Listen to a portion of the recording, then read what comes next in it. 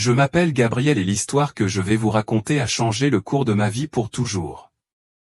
Ce qui a commencé comme une journée ordinaire s'est rapidement transformé en une expérience extraordinaire qui a changé ma vie. J'ai affronté la mort d'une manière que je n'aurais jamais pu prévoir et, ce faisant, je suis passé de l'autre côté. Au cours de ces moments fugaces, j'ai vécu des choses et des expériences qui dépassaient tout ce que j'avais pu imaginer, et qui ont culminé avec une puissante rencontre face à face avec Jésus. C'est lors de cette rencontre que j'ai appris des vérités profondes sur la vie, dont l'une concernait un sujet auquel je n'avais jamais pensé à deux fois auparavant, la masturbation. Ce que je considérais autrefois comme inoffensif, je le vois maintenant sous un jour complètement différent. Ce voyage m'a laissé un sentiment d'humilité profonde, d'éveil spirituel et une détermination inébranlable à partager la sagesse que j'ai acquise. J'espère que mon expérience éclairera quelque chose avec lequel beaucoup de gens luttent mais qu'ils ont trop peur ou honte d'aborder ouvertement. Avant cet événement qui a changé ma vie, je n'avais jamais vraiment pensé à ce qui se trouvait au-delà du domaine physique. Mes journées étaient remplies par les exigences du travail, les distractions personnelles et les routines monotones qui définissent la vie moderne. Comme la plupart des gens, j'avais mon lot de défis personnels, stress, solitude et tentation. La masturbation était l'une de ces choses que je ne remettais jamais en question. Elle me semblait inoffensive, presque comme une partie inévitable de la condition humaine. Tout le monde le faisait, donc il ne m'est jamais venu à l'esprit que cela pouvait être un problème. Chaque fois que je me sentais stressé ou vide émotionnellement, cela devenait mon mécanisme d'adaptation. Je me persuadais que c'était un moyen de me détendre et de me déstresser. Mais après chaque épisode, il y avait toujours un vide lancinant qui persistait, un sentiment que je ne pouvais pas vraiment nommer, mais que je connaissais trop bien. Quelque chose n'allait pas, mais je l'ai mis de côté, me disant que c'était normal. Puis, un soir, tout a changé. Je venais de rentrer chez moi après une journée de travail épuisante, me sentant épuisé et seul dans mon appartement dans un quartier calme de banlieue. Sans prévenir, une douleur aiguë a traversé ma poitrine et en un instant, mon corps s'est effondré. Ma vision s'est brouillée et j'ai eu l'impression de tomber dans un abîme de ténèbres. Mon cœur s'est emballé, la panique a envahi mon esprit et une terrible prise de conscience m'a frappé, quelque chose n'allait vraiment pas. Avant même de m'en rendre compte, tout est devenu silencieux. Les sons familiers de mon propre battement de cœur et du monde qui m'entourait ont disparu. Je me suis retrouvé en train de planer au-dessus de mon corps sans vie, regardant les ambulanciers se précipiter pour essayer de me réanimer. C'était surréaliste d'être témoin des efforts frénétiques de ceux qui essayaient de me sauver alors que, d'une certaine manière, je n'en faisais plus partie. Je n'ai ressenti aucune douleur, seulement un étrange sentiment de détachement, comme si je flottais au-dessus du chaos, l'observant de loin. À ce moment-là, un sentiment de paix écrasant a commencé à m'envahir et j'ai ressenti une attirance indéniable vers une lumière lointaine. Cette lumière ne ressemblait à rien de ce que j'avais jamais vu auparavant. Elle n'était pas seulement brillante, elle était chaleureuse, réconfortante et exsudait un amour si intense que j'avais l'impression qu'elle me tendait la main pour m'embrasser. Sans aucun effort de ma part, je me suis senti attiré vers lui. À mesure que je m'approchais, l'environnement devenait de plus en plus clair.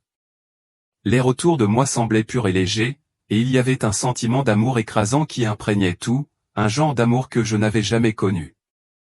Et puis, je me suis retrouvé dans un endroit d'une beauté indescriptible.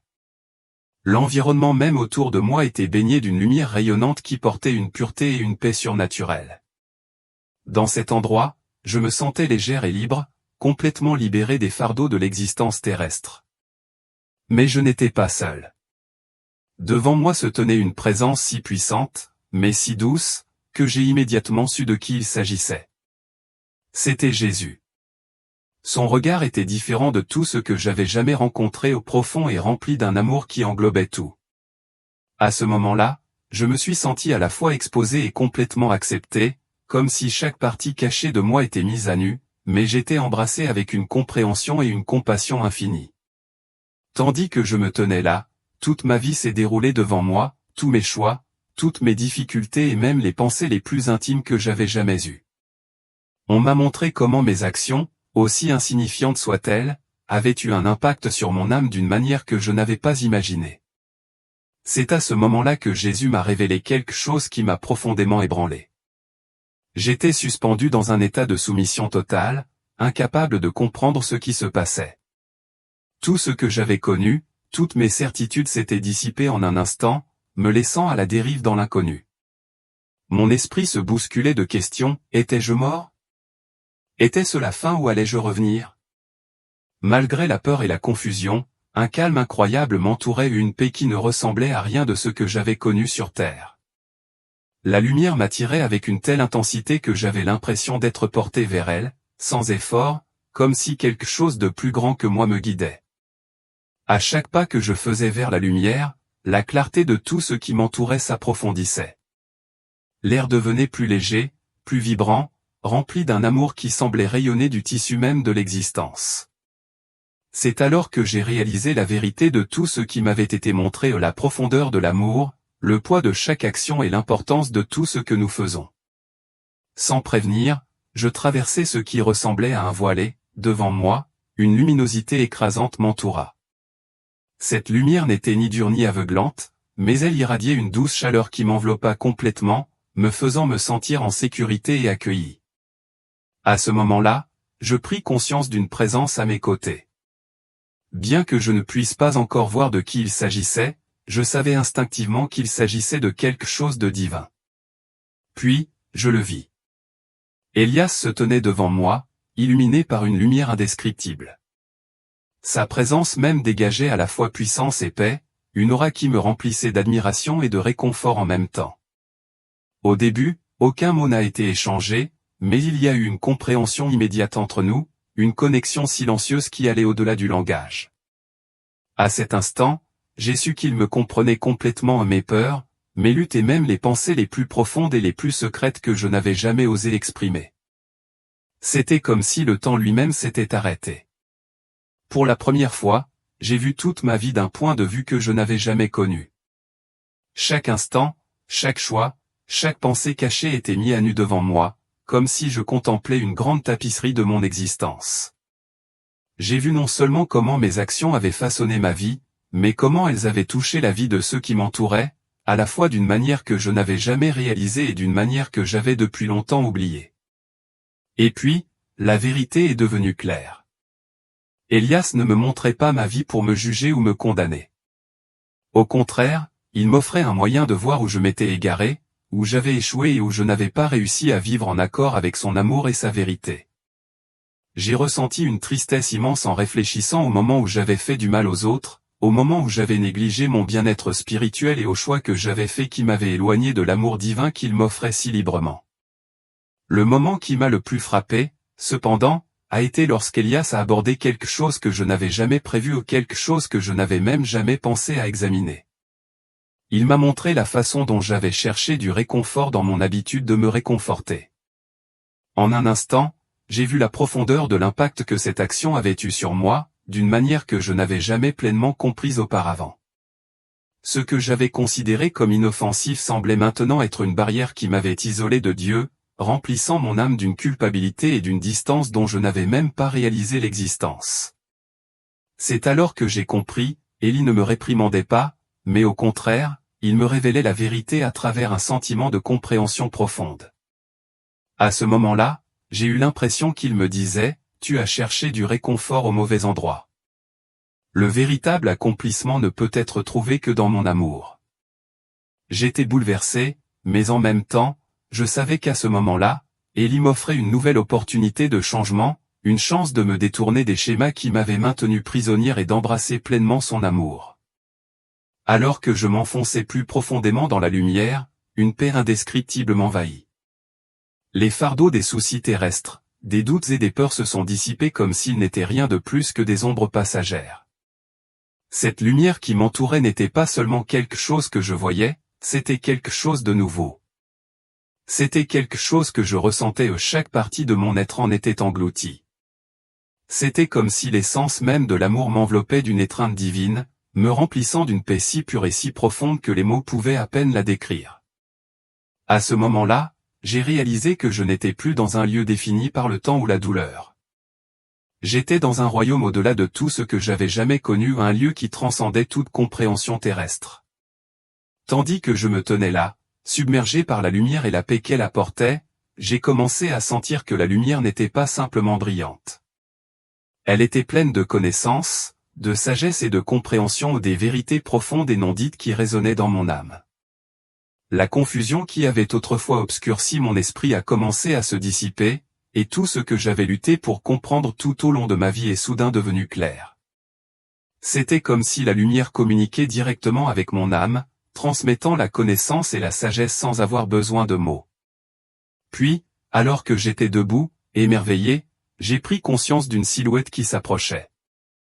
La lumière s'est écartée juste assez pour que je le voie clairement. Élie se tenait devant moi, sa présence ne ressemblait à rien de ce que j'avais jamais imaginé.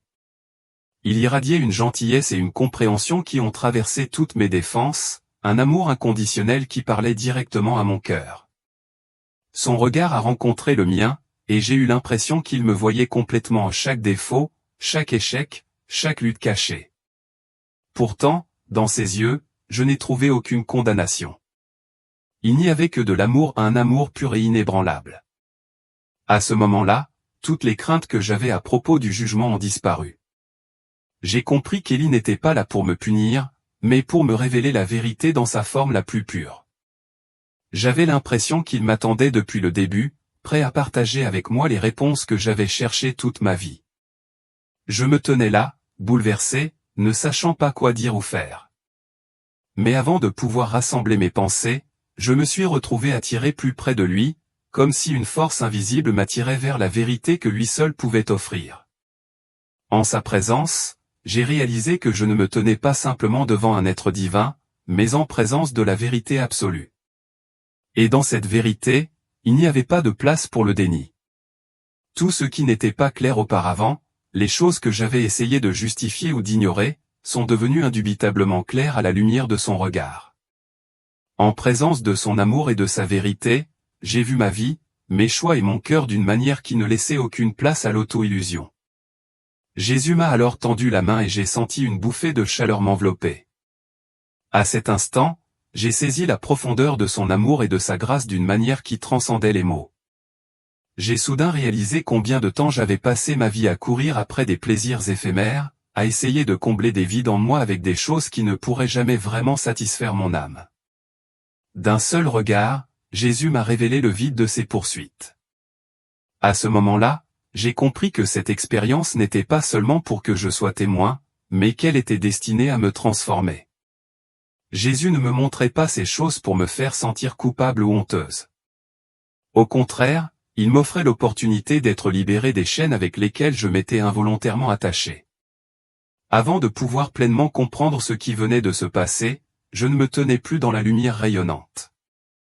Au lieu de cela, j'observais ma vie se dérouler devant moi, comme s'il s'agissait d'un film se déroulant dans des détails saisissants et déchirants.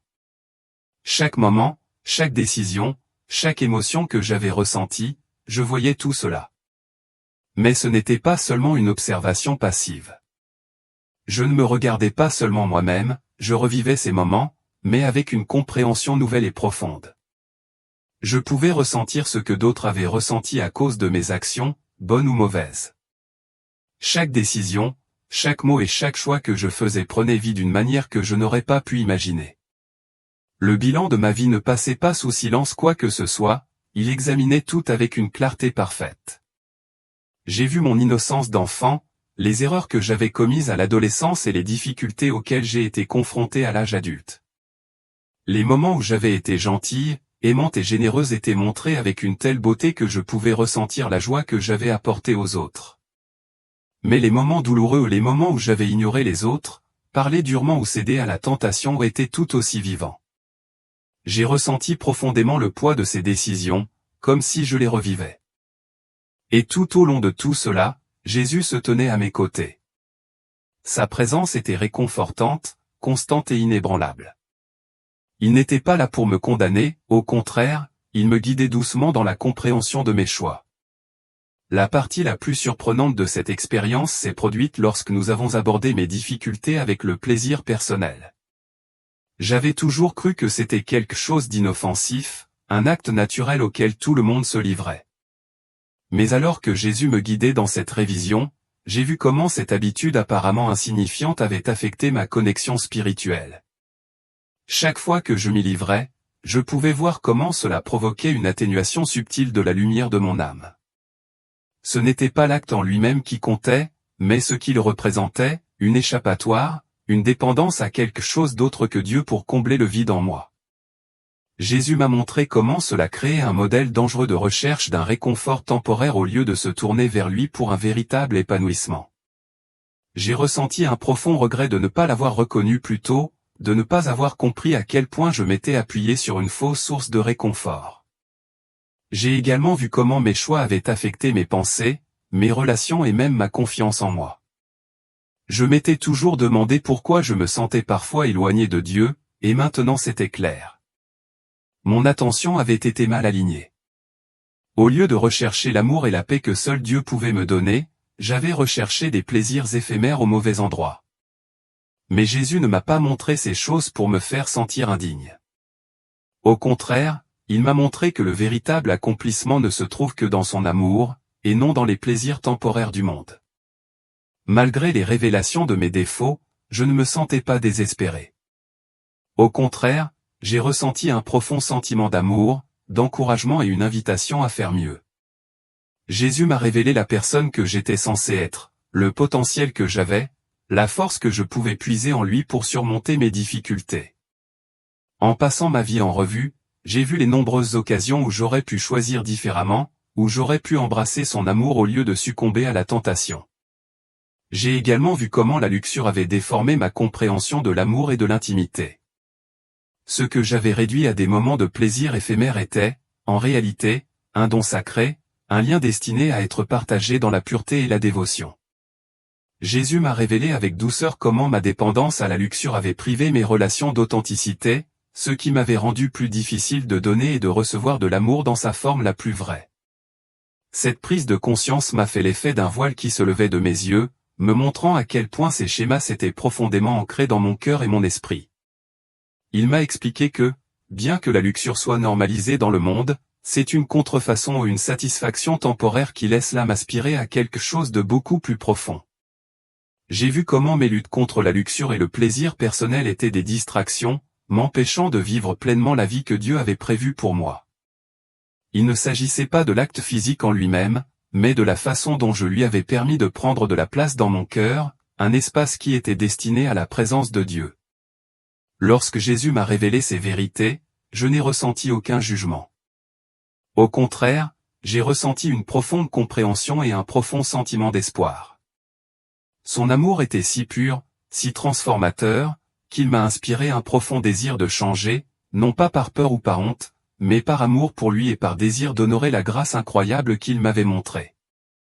J'ai réalisé que la véritable liberté ne consistait pas à résister à la tentation par la seule force de la volonté. Il s'agissait de lui abandonner mes luttes, en ayant confiance que sa force m'aiderait à les surmonter. À ce moment-là, Elias m'a donné une vision de ce que pourrait être la vie si je libérais les chaînes qui m'avaient attaché pendant si longtemps. Je me suis vu marcher en paix, pleine d'un but et libéré du cycle sans fin de culpabilité et de vide qui m'avait retenu captive pendant tant d'années. Il m'a rassuré en me disant que cette liberté était possible, non pas grâce à ma propre force, mais grâce à son immense pouvoir et à son amour agissant à travers moi. Quand je suis finalement revenu à mon moi physique, j'étais irrémédiablement changé. L'expérience avait laissé une empreinte permanente sur mon âme, et je savais que je ne pourrais jamais revenir à ce qu'étaient les choses avant. Le chemin qui m'attendait ne serait pas facile, mais chaque jour, j'ai choisi de me tourner consciemment vers Dieu pour trouver du réconfort, de l'épanouissement et des conseils. J'ai commencé à prier avec une intention plus profonde, à rechercher sa présence, surtout dans les moments de faiblesse, et à m'entourer de rappels constants de son amour et de sa grâce inébranlable. Je ne partage cette expérience avec personne pour juger, mais pour offrir de l'espoir et une nouvelle perspective.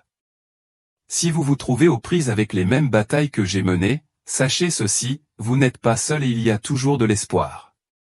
Jésus nous rencontre dans notre fragilité, non pas pour nous condamner, mais pour nous guider vers une relation plus profonde avec lui. La vraie liberté et la guérison sont non seulement possibles, mais elle commence lorsque nous lui abandonnons tout. Si mon histoire parle à votre cœur, je vous encourage à chercher Dieu de tout votre être. Laissez-le vous révéler la vérité sur qui vous êtes, vos luttes et la vie extraordinaire qu'il vous réserve. Il existe une meilleure voie, un chemin d'amour, de paix et de véritable épanouissement, et elle commence par lui. En y repensant, j'ai réalisé combien de fois j'avais considéré les gens non pas comme des êtres entiers, mais à travers le prisme de mes propres désirs. Cette vision déformée m'avait fait manquer la véritable profondeur de l'amour et de la compagnie que Dieu avait prévue pour moi. Jésus m'a montré que la convoitise avait épuisé mon énergie spirituelle. Chaque indulgence me laissait un sentiment de vide plus grand, déconnecté de la présence de Dieu et plus éloigné de la paix à laquelle j'aspirais. Au lieu de me rapprocher de lui, j'avais nourri un appétit qui ne faisait que devenir plus dévorant avec le temps. Il m'a expliqué que la convoitise, lorsqu'elle n'est pas maîtrisée, crée un cercle vicieux incroyablement difficile à briser. Elle brouille le jugement, affaiblit la maîtrise de soi et nous éloigne de notre vocation et de notre but supérieur. Ce qui m'a le plus marqué, c'est la façon dont Jésus a abordé tout cela, non pas avec honte, mais avec un amour profond. Il ne m'a pas condamné, il m'a simplement aidé à comprendre les conséquences spirituelles de mes actions. Il m'a encouragé à remplacer les pensées de convoitise par des pensées d'amour, de compassion et de gratitude. Il m'a appris que le véritable épanouissement ne vient pas de la poursuite de désirs passagers, mais de l'alignement avec le plan de Dieu pour nos vies. Tout au long de ma vie, j'ai rencontré de nombreuses interprétations de la pureté sexuelle issues de divers enseignements religieux, mais rien de comparable à ce que Jésus m'a personnellement révélé. Il n'a pas abordé le sujet avec condamnation, mais avec clarté et vérité. Jésus m'a montré que même si la Bible parle de pureté et de maîtrise de soi, beaucoup de gens ne comprennent pas sa véritable signification. Il ne s'agit pas simplement d'éviter le péché, mais de rechercher une relation plus profonde avec Dieu. La véritable pureté ne se limite pas aux actions extérieures, mais à l'état du cœur et de l'esprit. Jésus m'a montré comment j'avais utilisé mes actions comme une forme de gratification personnelle au lieu de rechercher sa présence dans les moments de faiblesse. Si la Bible offre des conseils, l'explication personnelle de Jésus m'a éclairé sur la façon dont l'application de ses enseignements pouvait transformer ma vie de l'intérieur. Il m'a rassuré sur le fait que l'amour de Dieu est inconditionnel et que surmonter les difficultés ne consiste pas à atteindre la perfection, mais à persévérer. Jésus m'a encouragé à m'appuyer sur lui, à accepter la grâce que Dieu offre si librement. Ce message a changé ma façon de voir la pureté, non pas comme un fardeau ou une restriction, mais comme un chemin vers la vraie liberté. Quand je me tenais devant Jésus, ressentant le poids de mes actions, je m'attendais à une punition ou à un rejet. Au lieu de cela, j'ai vécu quelque chose qui dépasse l'entendement, le pardon divin. En sa présence, j'ai ressenti un amour si profond et inconditionnel qu'il m'a ému aux larmes. Jésus ne me regardait pas avec déception, il me regardait avec un amour que je n'avais jamais connu auparavant. Je pouvais sentir le fardeau de la culpabilité que je portais depuis si longtemps commencer à s'alléger. Pendant des années, j'avais lutté contre la honte, caché mes difficultés et fait comme si elles n'affectaient pas ma vie spirituelle. Mais à ce moment-là, j'ai réalisé que Dieu avait tout vu, chaque pensée, chaque erreur, chaque regret. Et pourtant, il était toujours prêt à m'embrasser, non pas avec jugement, mais à bras ouverts. Jésus m'a montré que le pardon ne consistait pas à gagner son amour, mais à l'accepter. Il m'a clairement fait comprendre que je n'étais pas obligé de vivre sous le poids de mes erreurs passées. Il m'a rappelé que son sacrifice était suffisant, que mon passé ne définissait pas mon avenir et que j'avais le pouvoir de marcher dans une nouvelle direction. J'ai ressenti un sentiment de libération écrasant. C'était comme si des années de culpabilité et d'autocondamnation s'étaient envolées en un instant. Jésus a parlé à mon cœur, me rappelant que je n'étais pas seul dans cette lutte et que de nombreuses personnes portaient le même fardeau en silence. Ces paroles m'ont rempli d'espoir et j'ai réalisé que le pardon ne consistait pas seulement à laisser tomber le passé, il s'agissait d'entrer dans une nouvelle vie avec lui à mes côtés. À partir de ce moment-là, j'ai compris que le véritable pardon ne consiste pas seulement à le demander, mais aussi à croire qu'il a déjà été accordé. Avec cette prise de conscience, j'ai su que j'avais été libéré. Au fil de mon expérience, Jésus m'a montré quelque chose qui m'a profondément ébranlé. Il y avait d'innombrables âmes. J'ai ressenti avec force que j'étais destiné à rester pour toujours, mais je savais au fond de moi que mon temps n'était pas terminé. La voix de Jésus, pleine de compassion et d'autorité, m'a rassuré en me disant, « Tu as un but. Ce que tu as vécu n'est pas seulement pour toi, c'est pour ceux que je t'envoie atteindre. » Ces paroles ont résonné profondément dans mon âme, me remplissant à la fois d'un sentiment de paix et d'une responsabilité écrasante. En revenant à mon corps terrestre, j'ai emporté avec moi la profonde compréhension de son amour inconditionnel et de la mission qu'il m'avait confiée.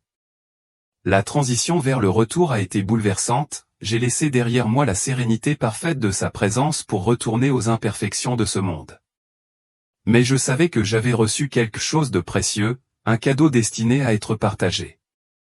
Une fois réveillé, le poids de mon expérience s'est installé. Je me suis senti changer d'une manière que je ne pouvais pas exprimer pleinement. Mes luttes contre la culpabilité et la honte, qui m'avaient autrefois semblé insurmontables, n'avaient plus le même pouvoir sur moi. J'avais vu la vérité, l'amour et la grâce de Dieu sont toujours plus grands que nos échecs. Je savais que le chemin à parcourir serait semé d'embûches. Partager mon histoire signifiait exposer mes vulnérabilités, risquer d'être jugé et affronter l'inconfort des autres qui pourraient ne pas comprendre. Mais Jésus m'avait montré que mon histoire avait le pouvoir de briser les chaînes et d'apporter de l'espoir à ceux qui sont pris au piège dans des luttes similaires. Lorsque j'ai commencé à m'ouvrir, la réponse a été humiliante. Les personnes qui luttaient silencieusement contre leur propre culpabilité et leur honte ont trouvé du courage dans mon témoignage. Elles ont partagé leurs douleurs, leurs doutes et leurs désirs de liberté. J'ai vu de mes propres yeux comment Jésus pouvait utiliser même les parties les plus brisées de nos vies pour guérir les autres et les ramener à lui. Maintenant, je vis chaque jour avec un sens renouvelé de la vie. Je m'efforce d'honorer Élie en restant proche de lui, en recherchant ses conseils dans les moments de faiblesse et en partageant son message d'amour et de rédemption. Le chemin n'est pas toujours facile, mais sa grâce me soutient. Lorsque les tentations surgissent, je me rappelle la paix et la liberté que j'ai ressenties en sa présence et je le choisis plutôt que les distractions passagères. À tous ceux qui lisent ceci, sachez que vous n'êtes jamais trop loin de l'amour de Dieu. Vos luttes, aussi personnelles ou honteuses soient-elles, ne sont jamais hors de sa portée. Les abandonner à Jésus est la première étape vers la vraie liberté et la guérison. Il vous voit, vous connaît et vous aime profondément, tout comme il m'a aimé, même au plus bas. Voici mon témoignage, l'amour de Dieu est plus grand que tout péché, sa grâce est suffisante pour chaque faiblesse et sa rédemption est disponible pour tous ceux qui la recherchent. S'il peut transformer ma vie, il peut faire de même pour vous. Restez, m'imprégner de la présence de Jésus pour toujours, mais au fond de moi, je comprenais que mon heure n'était pas encore venue. J'avais encore beaucoup à faire et il m'avait donné une mission à accomplir. En un instant, j'ai ressenti une secousse. Mon environnement a changé et je me suis retrouvé à reculer à une vitesse incroyable. C'était comme si j'étais tiré à travers un tunnel, loin de la lumière et de retour dans ma réalité physique. Soudain, j'étais de nouveau dans mon corps. J'avais du mal à respirer, ma poitrine se soulevait et la douleur m'envahissait.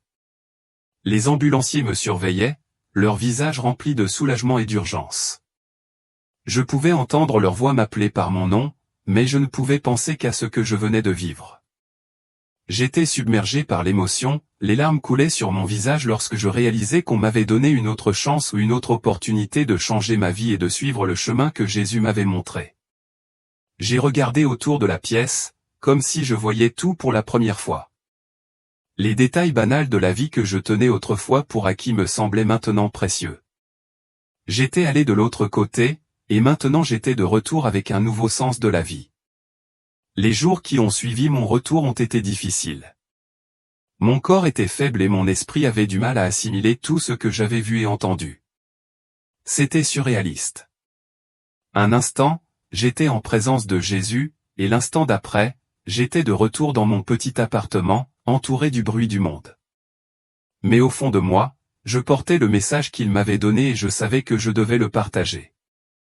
Revenir à la vie normale n'a pas été facile. Après avoir connu le ciel et l'amour immense de Jésus, le monde semblait différent, presque ennuyeux en comparaison. Tout ce que j'appréciais autrefois me semblait d'insignifiant. Mes anciennes habitudes, mes routines quotidiennes et même ma carrière n'avaient plus la même signification qu'avant. J'avais changé et il n'y avait aucun retour possible à la personne que j'étais auparavant. J'ai eu du mal à expliquer mon expérience à ceux qui m'entouraient. Certains étaient sceptiques, d'autres étaient curieux, mais la plupart ne pouvaient pas saisir pleinement la profondeur de ce que j'avais vécu. J'ai essayé de partager les leçons que Jésus m'avait enseignées sur la convoitise, la maîtrise de soi et le pardon, mais j'ai vite compris que le changement ne se produirait pas du jour au lendemain, ni pour moi ni pour les autres. J'ai commencé à faire de petits changements dans ma vie. J'ai remplacé mes vieilles habitudes par la prière et la méditation. Au lieu de chercher du réconfort dans des plaisirs temporaires, j'ai trouvé du réconfort dans la parole de Dieu. J'ai commencé à aller régulièrement à l'église et, plus important encore, je me suis concentré sur la construction d'une relation personnelle avec Jésus. Le plus grand défi a été de résister aux tentations auxquelles j'avais autrefois cédé si facilement. Il y a eu des moments de lutte, des moments où je me sentais faible, mais je me suis rappelé ce que Jésus m'avait montré. Ces paroles résonnaient dans mon esprit, « Cherche-moi d'abord ». Cette simple phrase est devenue ma lumière directrice. Au fil du temps, j'ai commencé à voir des changements, non seulement en moi-même, mais aussi chez ceux qui m'entouraient. Mes amis et ma famille ont remarqué une différence dans mon attitude et mes priorités. Je me sentais plus légère, plus en paix et vraiment connecté à mon objectif pour la première fois de ma vie. À tous ceux qui regardent ou lisent mon histoire, je veux que vous sachiez ceci, l'amour de Jésus est réel et sa grâce est plus grande que n'importe quelle erreur que vous avez commise. J'étais autrefois piégé dans des cycles de culpabilité et de honte, croyant que j'étais allé trop loin. Mais Jésus m'a montré que rien ne pouvait nous séparer de son amour. Si vous luttez contre des batailles personnelles, qu'il s'agisse de convoitise, de doute de soi ou de sentiment d'indignité, je veux que vous sachiez qu'il y a de l'espoir. Vous n'avez pas à y faire face seul. Jésus est toujours là, vous attend les bras ouverts, prêt à vous guérir et à vous restaurer. Il suffit d'un pas vers lui. L'une des plus grandes leçons que j'ai tirées de mon expérience est que rechercher l'épanouissement dans des plaisirs temporaires ne nous laisse que vides. La vraie satisfaction, la vraie paix, vient de l'alignement de notre cœur sur la volonté de Dieu. Le monde nous dit de rechercher le bonheur dans tous les mauvais endroits, mais Jésus nous offre quelque chose de bien plus grand, la joie éternelle, un but et un amour inconditionnel. J'espère que mon histoire vous rappellera que vous n'êtes pas seul dans vos luttes. Quelle que soit la situation à laquelle vous faites face, confiez-la à Jésus. Il n'attend pas la perfection. Il demande simplement votre cœur. Et lorsque vous le lui confiez, vous trouvez une liberté et une paix que le monde ne pourrait jamais vous offrir. Je vous encourage à le chercher, à faire confiance à son plan pour votre vie et à suivre le chemin qu'il a tracé pour vous. Il vous aime et il veut que vous expérimentiez la plénitude de la vie qui vient en le suivant. Merci d'avoir pris le temps d'écouter mon histoire. Puissiez-vous trouver le courage de chercher Jésus dans votre propre vie et de faire l'expérience de l'amour et du pardon incroyable que lui seul peut offrir. Que Dieu vous bénisse.